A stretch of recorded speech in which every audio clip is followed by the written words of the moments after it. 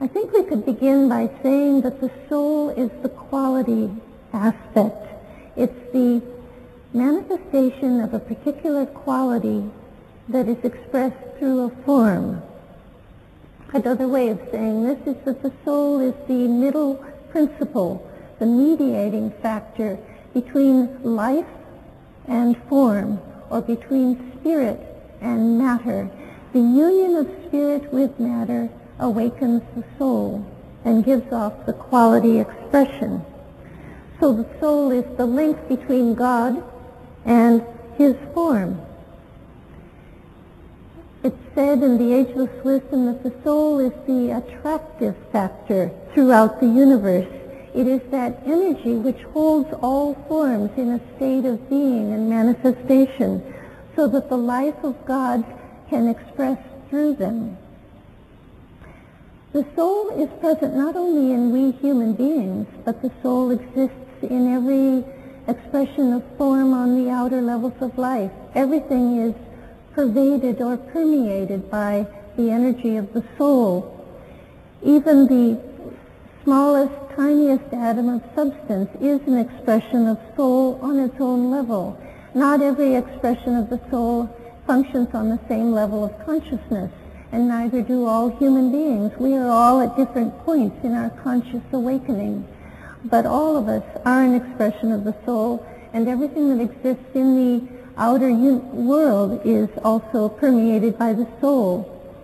The anima mundi is the term for the sentient factor that exists in all substance. The soul is the force of evolution that propels every aspect of form life on its evolutionary journey. When we come to a human being, the soul is called the Christ principle. What St. Paul described as Christ in you, the hope of glory. I love that idea, Christ in you, the hope of glory. But this idea is not only confined to the Christian tradition, because Hinduism also touches upon it. If any of you have read The Perennial Philosophy by Aldous Huxley, he put it so beautifully, speaking of the Hindu scripture. Hinduism says, that art thou. And he wrote, the Atman, or immanent eternal self, is one with Brahman, the absolute principle of all existence, and the last end of every human being is to discover the fact for himself, to find out who he really is. That's the last end of every human being, to find out who he really is. That art thou. We are much more than our physical, individual self. Even a glimmer of recognition of this starts the development of the magical power of the soul. Once that magic is grasped by the personality, it starts to grow on its own life and vitality, and the soul can begin gradually to dominate its instrument, as we call it, its form, expression. But we are talking about a very long evolutionary process. Nevertheless, it's one that can be trusted to carry forward until its complete fruition throughout a long cycle of incarnations. The soul is described as the first master, the master in the heart, which means that each of us has access to this power within ourselves. And the need is to learn to link up with this personal lower self that we think of as our unique individual existence, with the overshadowing soul, which is one with all souls. And in time, through meditation and through spiritual practices, this conscious awareness of unity does become an assured recognition in the brain. But it's not easy, because as long as we dwell within a body or a personality, the soul inevitably remains elusive. The outer form that we occupy is both our field of service and a veil, a blind, you could say.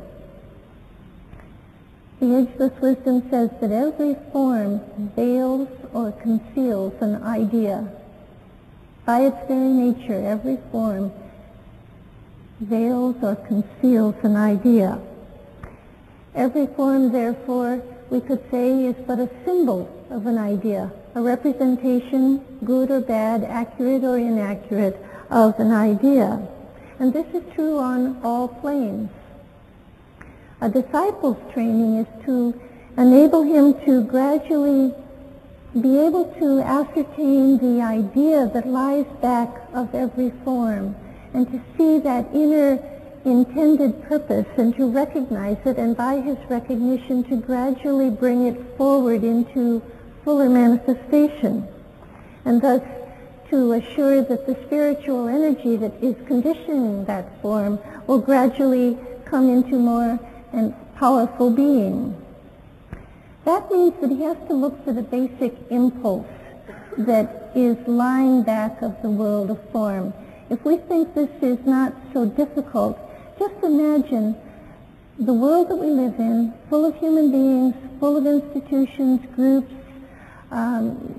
human-created organizations and manifestations of all types. And just imagine trying to discern with your mind the soul impulse that has brought all of that into being. It's not easy to imagine.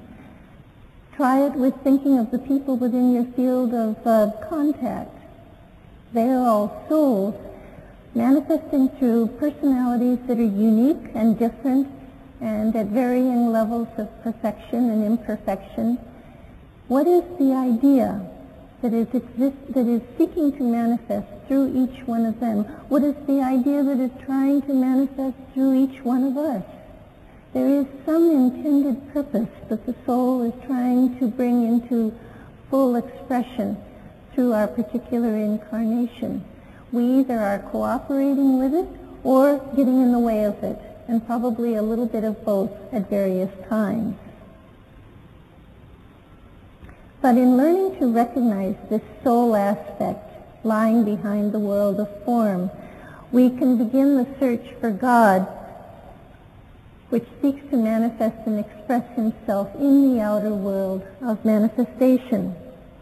So white magic is a process of reconciliation, of bringing together the inner subjective realm of the soul and the outer objective realm of the form. It's a process that leads not to the obliteration of the personality. That wouldn't be effective. It's meant to bring about a communication and a cooperation between the soul and its instrument, the personality. And this communication has to be established through the mind, on the level of the mind. And that requires something called the bridge in consciousness. Perhaps you've heard the term the rainbow bridge, which is another name for a Sanskrit term called the antakarana, which is the bridge in consciousness that must be built by the personality in his efforts to communicate with and respond to the soul. The antakarana could be said to be that thread of consciousness which perceives unity, the oneness on all levels of existence, from the material to the spiritual, from the lowest to the highest and the highest to the lowest. The antakarana bestows the capacity to see the unity, the utter unity that knits together all aspects of manifestation. In fact, the antakarana is dual. It's composed of two threads, one called the sutrakma, which is the life thread, and which is anchored in the heart, and which endures throughout the cycle of our incarnation, and the other, the antakarana proper, which is the consciousness thread. While the sutrakma, the life thread, could be said to descend from above downwards at the time of our birth, the antakarana has to be built from below, from the personality, up